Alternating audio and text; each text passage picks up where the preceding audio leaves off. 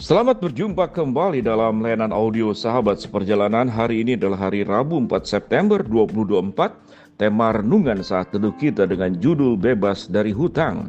Firman Tuhan terambil dalam Kolose pasal kedua ayat 14 dan ke-15. Dengan menghapuskan surat hutang yang oleh ketentuan-ketentuan hukum mendakwa dan mengancam kita, dan itu ditiadakannya dengan memakukannya pada kayu salib. Ia telah melucuti pemerintah-pemerintah, penguasa-penguasa, dan menjadikan mereka tontonan umum dalam kemenangannya atas mereka. Mari kita berdoa. Bapa dalam surga, terima kasih Engkau adalah pembebas hutang di dalam segala aspek dalam kehidupan kami. Engkau adalah penolong dan penyedia segala kebutuhan kami. Di dalam nama Tuhan Yesus kami berdoa, amin.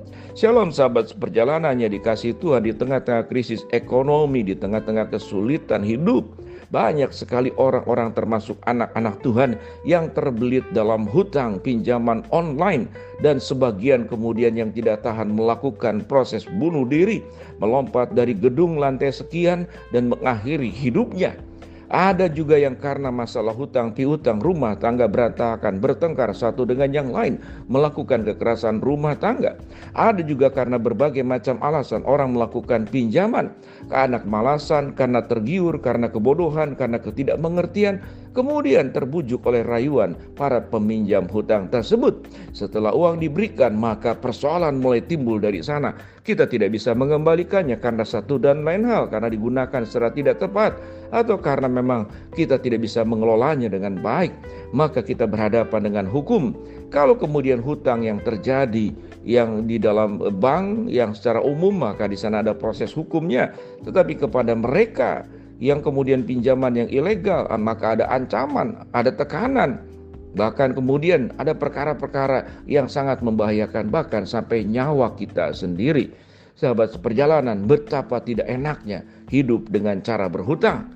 Maka kita belajarlah mengelola hidup dengan baik, jauhkan kemalasan, tambahkan hikmat bijaksana, supaya kita tidak terjerat. Kita tahu dengan jelas bagaimana mengelola uang dengan baik, hindari kehidupan yang konsumtif, membelanjakan sesuatu yang tidak penting dan tidak punya nilai untuk masa depan. Namun pada konteks yang kita baca tadi, di dalam Kolose pasal 2 ayat 14-15, siapa pembebas hutang yang sesungguhnya? Yaitu Kristus sendiri, dengan menghapus surat hutang yang oleh ketentuan-ketentuan hukum mendakwa dan mengancam kita, dan itu ditiadakannya dengan memakukannya pada kayu salib.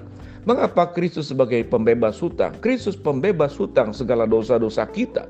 Kalau kita tidak diselesaikan dosanya, maka hukuman daripada dosa tersebut adalah kebinasaan, kematian yang kekal. Kristus hadir menyelesaikan hal tersebut, supaya kita terhindar daripada hutang dosa yang akan dituntut oleh Tuhan sendiri. Engkau berbuat dosa, baik dosa turunan atau dosa yang kau perbuat sendiri, maka ada hukum Tuhan yang akan menghakimi kita. Tetapi Alkitab mengatakan dengan kehadiran Kristus, hutang-hutang dosa kita itu diselesaikan. Maka kita perlu bersyukur buat keselamatan, penebusan, pengampunan, anugerah kebaikan yang sudah Tuhan berikan kepada kita, yang sudah sahabat seperjalanan terima. Kita tidak akan diminta hutang kembali, karena seluruh hutang-hutang dosa selesai di bawah kematian Kristus di atas kayu salib secara sempurna. Tetapi bagian yang kedua, Tuhan pun menolong kita agar hidup kita tidak kekurangan sampai kemudian jatuh miskin dan berhutang.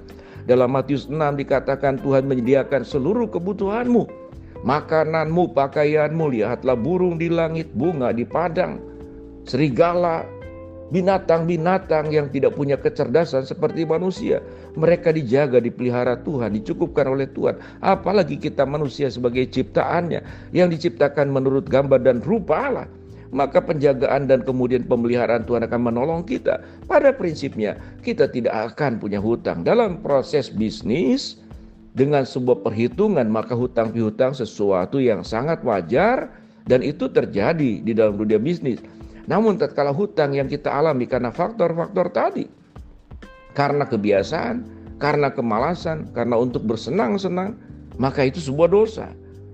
Maka dengan demikian tatkala kita sudah bertanggung jawab, bekerja keras dengan sebaik-baiknya, dengan sesungguh-sungguhnya, kita sudah mengerjakan bagian kita. Kita tidak akan berhutang kepada orang lain. Kita tidak akan kemudian meminjam, memakai milik kepunyaan orang lain dalam bentuk pinjaman, lalu kita tidak sanggup untuk membayarkannya kembali. Dengan banyaknya jemaat yang kemudian menjadi korban hutang piutang, baik karena bujukan, baik karena itu adalah pilihan dan keputusannya sendiri yang tidak bijaksana, maka Tuhan mengajarkan kepada kita supaya kita hidup itu terkelola dengan baik, supaya kita itu rajin, bertanggung jawab, kerja keras seperti semut. Dalam Amsal pasal yang ke-6 diperintahkan, orang yang malas tidur sebentar lagi, melipat tangan sebentar lagi, dia berputar-putar seperti pintu pada engselnya, namun tidak bergerak kemana-mana. Dia tetap di tempat. Itulah gambaran orang-orang malas. Itulah gambar orang-orang yang tidak menunjukkan sebuah upaya kerja keras. Dan itu perintah. Beriman tidak membuat orang percaya menjadi malas. Beriman membuat orang mengerjakan sebaik-baiknya bagiannya. Dan kalau kita sudah mengerjakan bagian kita dengan baik, Tuhan akan melimpahkan kekuatan yang kita di mana tidak sanggup melewatinya. Tuhan akan memberikan jalan keluar tatkala pintu-pintu semua yang ada di hadapan itu tertutup. Maka sesungguhnya yang membayar hutang kita adalah Tuhan sendiri.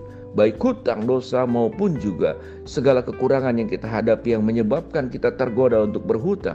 Tuhan adalah Allah yang El Shaddai, Allah yang maha besar, Jehovah Jireh, Allah yang menyediakan segala kebutuhanmu. Lakukan bagianmu sebaik-baiknya. Tuhan tidak akan membiarkan anak cucunya meminta-minta roti tatkala engkau tidak punya roti, tidak punya makanan.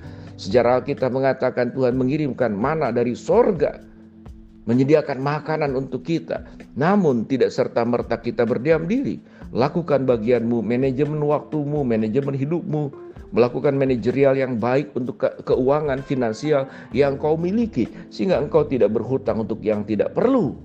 Biarlah sahabat seperjalanan hidupmu itu sehat-sehat saja dan baik-baik saja, sebagaimana catatan Rasul Paulus dalam suratnya kepada jemaat-jemaat yang dilayaninya. Hendaklah engkau baik-baik saja dan sehat-sehat saja. Demikian juga buat sahabat seperjalanan. Biarlah kita hidup baik-baik dan biarlah kita hidup secara sehat. Kalau kita meminjam sesuatu yang tidak bisa kita kembalikan, bukankah kita sedang menggali kuburan dan tanah lubang yang dalam buat diri sendiri? Hindari hal tersebut.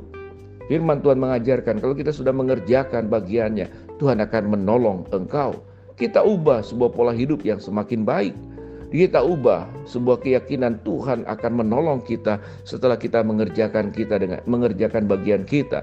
Tuhan akan menolong kita bebas dari hutang.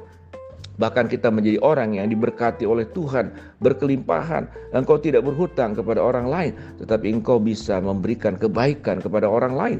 Agar orang-orang yang kemudian terjerat hutang mendapat pekerjaan layak, mendapatkan kehidupan yang lebih baik. Tentunya mereka perlu berusaha dengan maksimal yang menjadi bagian mereka. Dengan demikian sahabat seperjalanan, Tuhan sudah menolong kita menghapus hutang dosa kita. Tuhan pun akan menolong kehidupan kita agar hidup kita diberikan kecukupan. Jangan sampai berhutang dan kita tidak sanggup untuk membayarnya. Mari kita berdoa. Bapa dalam surga, terima kasih buat kebenaran firman Allah yang kami pelajari. Dalam nama Tuhan Yesus kami berdoa, amin.